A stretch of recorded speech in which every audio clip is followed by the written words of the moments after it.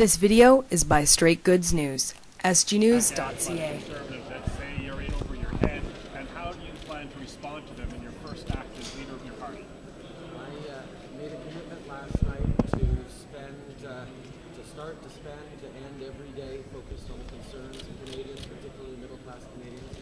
That's what I did in the House. That's what I will continue to do, talk about the issues that Canadians are sharing with me. That Mr. Harper and his Conservatives want to change the channel like that, want to talk about anything other than their record, is no surprise, but I'm going to be talking Mr. Trudeau, are you saying that I'm going to respond with the concerns that Canadians are bringing up. In fact, this government knows how to do one thing, which is attack, which is labeling, which is trying to incite fear and cynicism, is what I've talked about throughout this campaign, that they actually got to it as quickly and as awkwardly as they did. Mr. Trudeau, they say you say that Quebec is better. The ads say that you think Quebec is better. Les images qu'ils ont choisies, c'est sûr que je trouve que l'idée qu'ils sont en train d'attaquer quelqu'un qui fait un geste pour aller chercher des fonds pour la charité, je trouve ça que c'est peut-être quelque chose qui manque un peu de jugement de leur part. The idea that they would use me raising money for cancer, to fight against cancer, at the same time as they're raising prices for wigs for cancer patients with a new tariff they're bringing in, really demonstrates that this is a government that knows how to attack. It doesn't quite think through what it's actually. Did they take those ads out of context in some ways? I mean, they talked about you saying that clip from how long ago was that? You know, that you're talking about Quebec is better.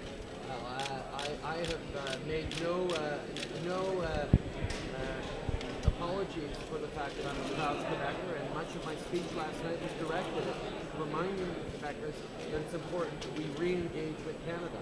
And in fact, the clip they used is one in which I was actually talking about my father's philosophy of Quebec not needing special treatment. And that's an extension of what I'm trying to do and say Quebecers can and should be contributing to the full measure of the country. It's all about winning back some of those newer Canadians, some of the ethno-cultural communities that have gone under the Conservative tent. How do you win back some of that traditional support that the Liberals have had in those areas? Well, I think the divisive approach that the Conservatives have had, particularly in regards to many cultural communities, ethnic communities, is beginning to wear on people. I mean, I think a big part of the shift towards the Conservatives in last elections was because the Liberal Party had turned inwards, and I talked about that last night. The Liberal Party was more focused on itself than on serving Canadians, and we took for granted an awful lot of people right across this country in all sorts of communities.